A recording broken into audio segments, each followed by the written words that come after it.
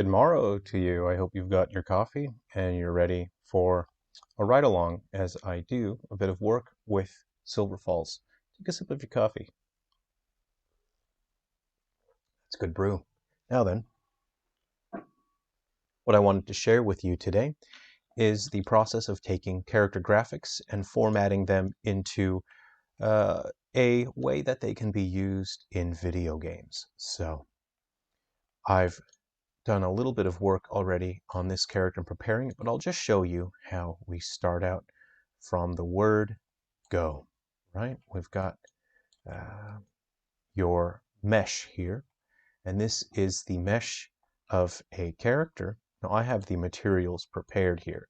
So if you drag and drop your materials onto your character, you can see that you get something that starts resembling your actual character. And once you fill in those blanks, you have your texture, which is sort of painting the details onto the physical mesh.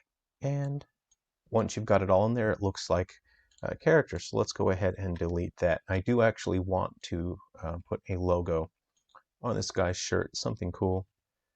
So I'll look through the branding that we have for our various cool stuff in Silver Falls, and I'll pick something for him. This is the character Gus Ironcock, who players and of Galaxy Bound Curse may be familiar with, and he also is featured in the novel Heavy Shadow, and both of those things you can get for free.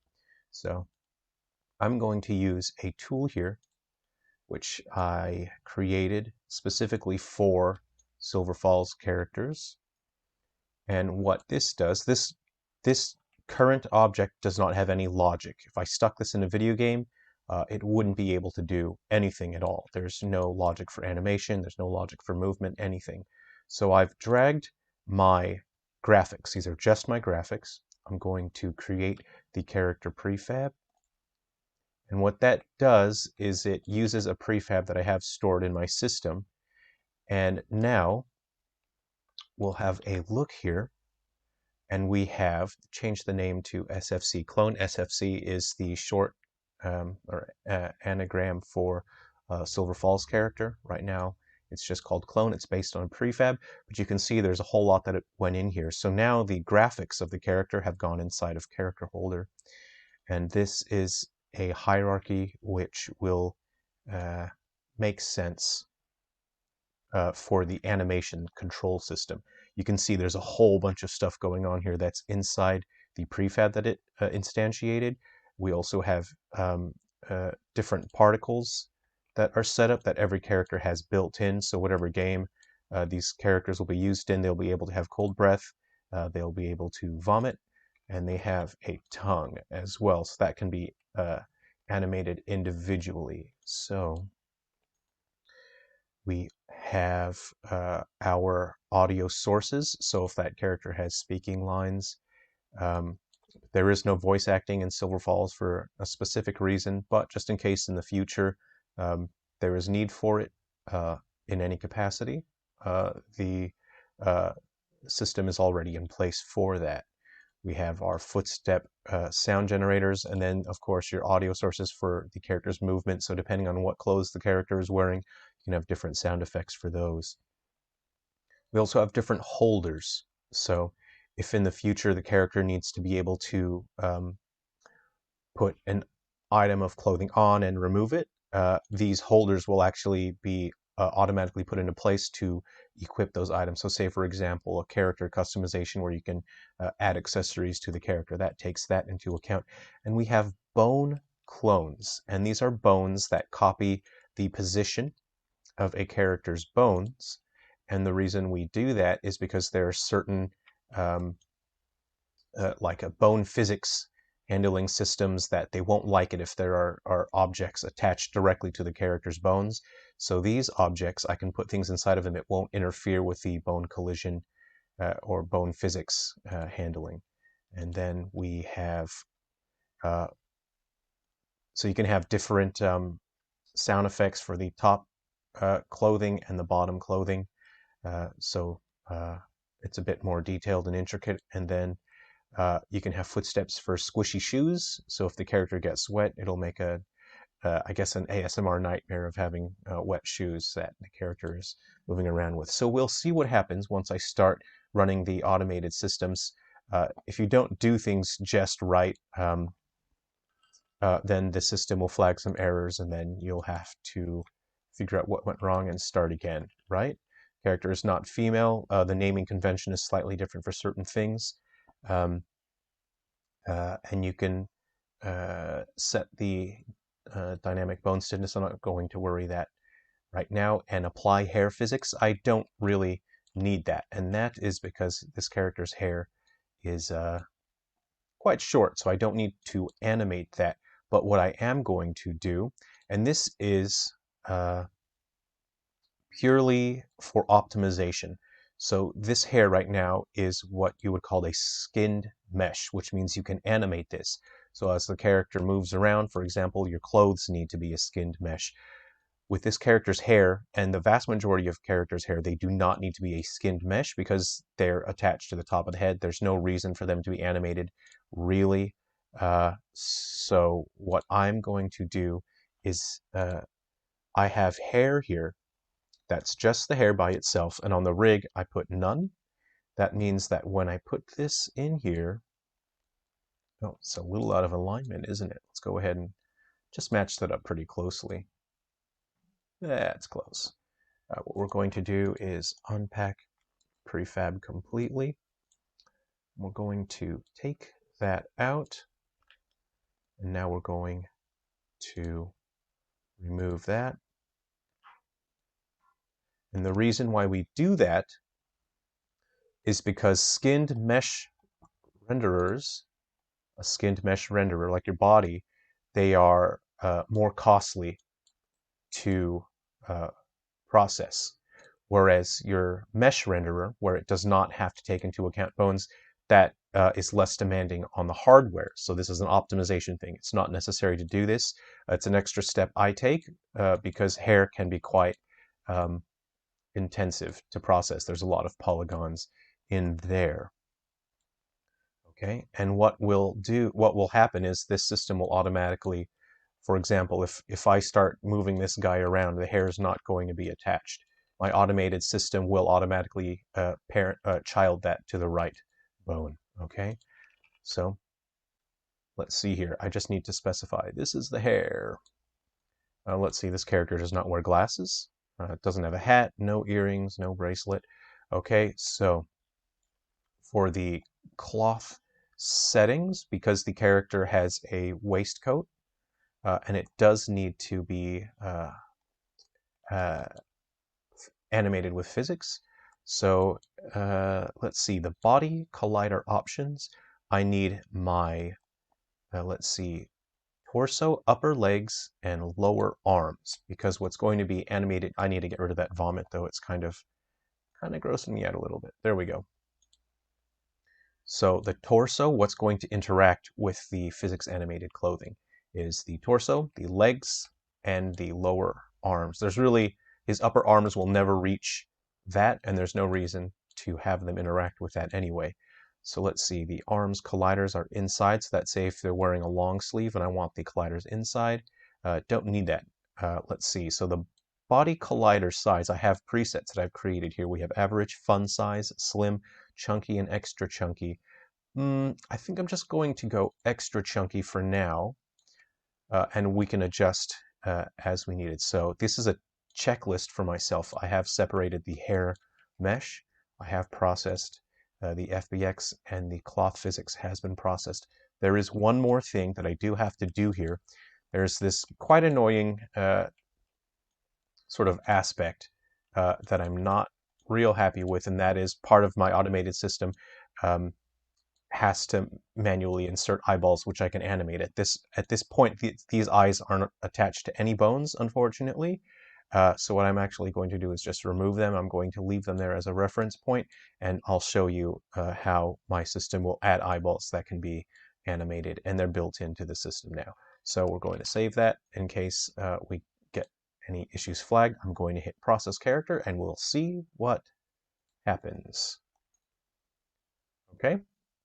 So I got a list of colliders here, and I'm just going to click each one to expose them here. So this is just a helpful tool that will expose these colliders so I can select them. Okay, they're all exposed. Okay, character setup complete. So the first thing I want to do is reference these colliders where they are needed. So let's move this guy out of the way, right? Let's see, deformer list and cloths. Okay, so it's rendering.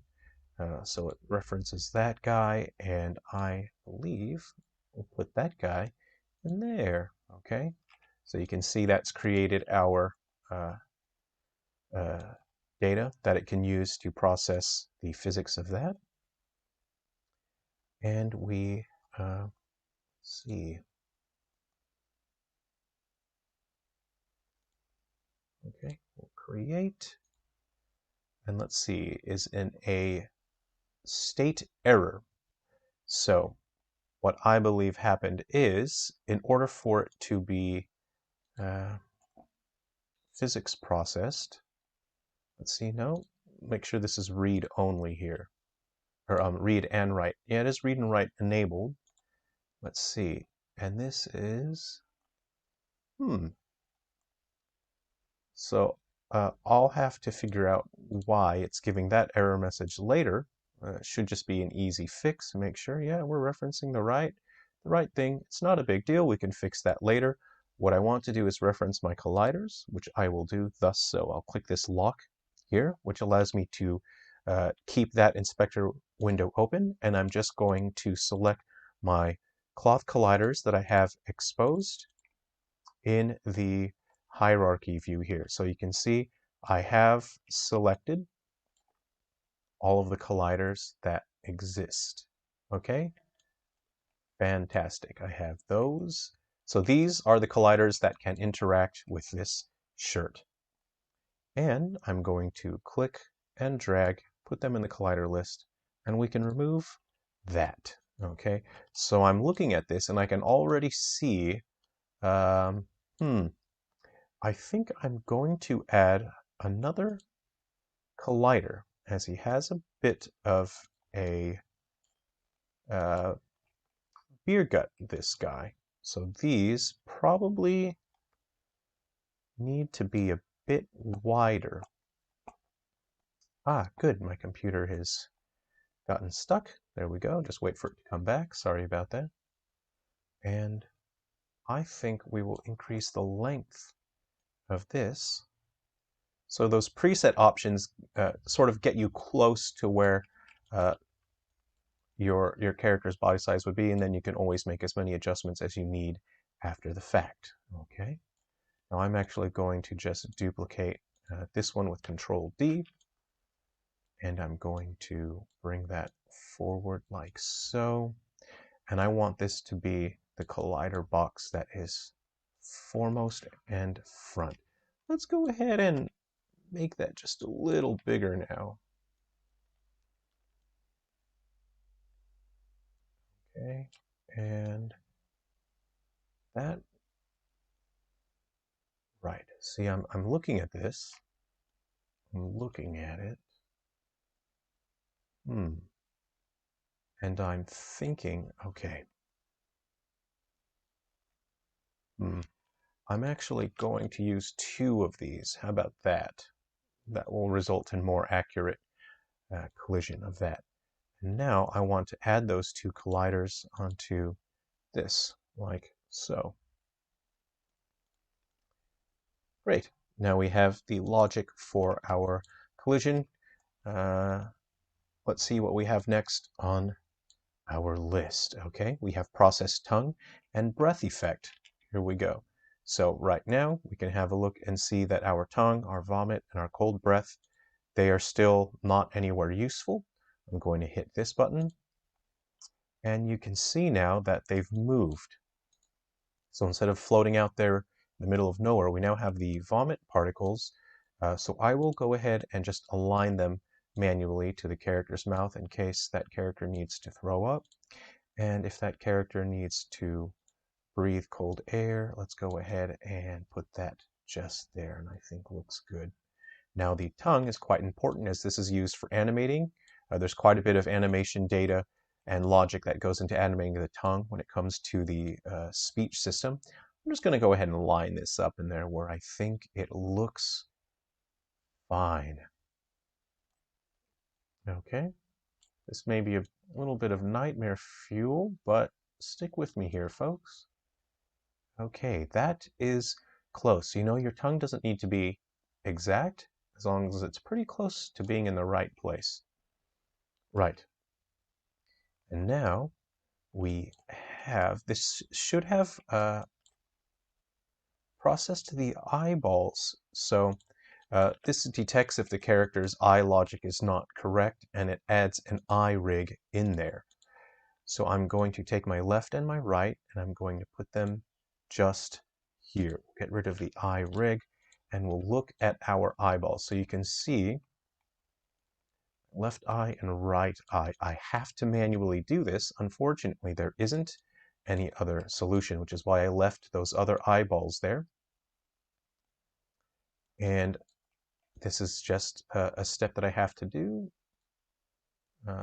It used to be automated. These eyeballs used to just work, but Adobe destroyed the software that I use for character creation, and now the eyeballs don't work. So I had to create a new system, and this only adds a couple minutes extra anyway. So I'll spend a while later on getting these eyeballs in just the right place. Okay, now they're pretty close.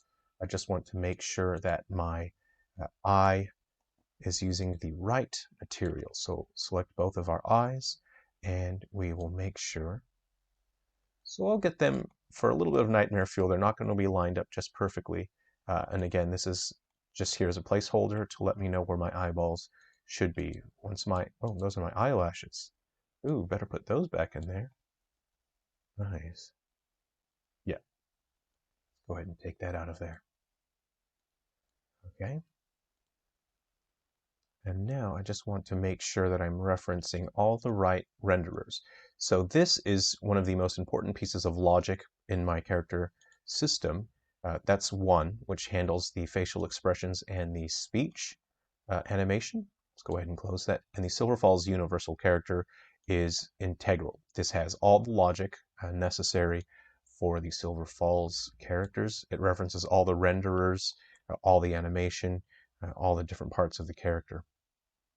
It also references the holder objects. For example, the weapon holder right. If a character needs to hold a weapon in their right hand, this tells the game system where to put that weapon, and it will put it just there. Same goes for any weapon in the left hand, any hats, or if you attach weapons to their belts, their back, anything like that. And that works just fine. Now, let's go ahead and step through this now. So, if need be, if you need to only process the eye and no other step, you can hit that, but I've already processed the eye. Let's go ahead and hit Setup IK Physics. We have a nice message here that says Setup Body IK Success, and this is a funny step, but I do manually have to open this in the inspector, and I have to view these, otherwise the next step won't work. I have to make sure I've opened that, look at it, make sure everything is in there all right. Yes. Okay. Make sure these are good.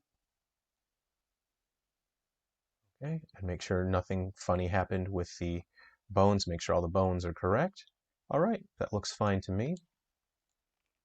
And you can see where the IK physics is all set up. So in terms of IK physics, that will allow the character's legs to adjust for different terrain. If they're going on steps, it'll allow the feet to be slanted. I'm going to hit Add IK Handles.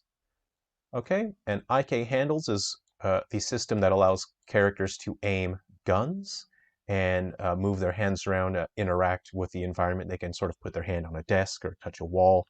And that handles that system there. That usually takes quite a lot of setup, having to manually set everything up, but I've created the system so that handles all of the setups manually, and add body collider is not necessary. So there we go. This character is fully set up to now function in a video game. All the logic is in there. The character has their flashlight. Let's see, flashlight object, here we go. Let's see where it is. This is one that you do manually have to control in terms of the placement.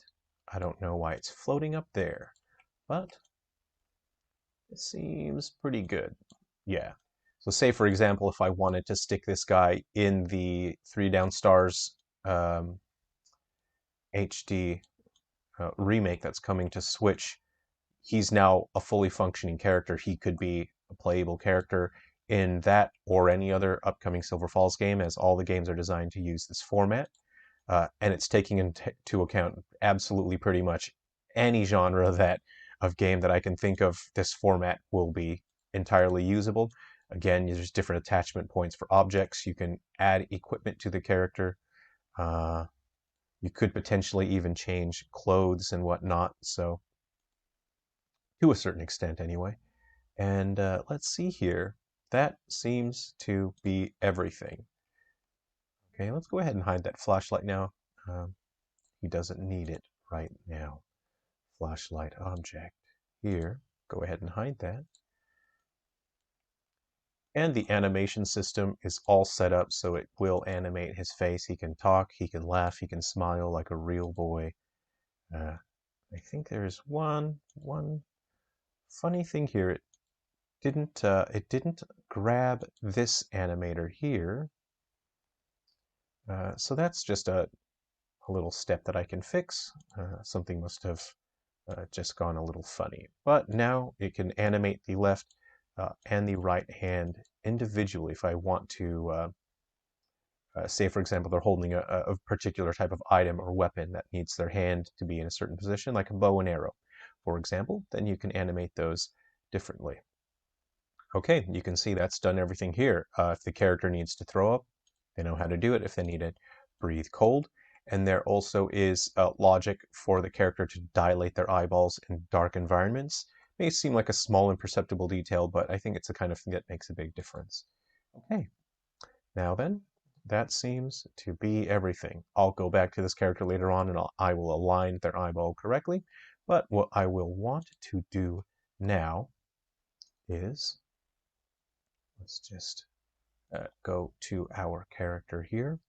We have our mesh, our prefab. We're going to create a prefab, and this guy is now locked in, and I can drag and drop him into any Silver Falls game at this point, and I can use that character in any way needed, whether it's to be a playable character or an NPC.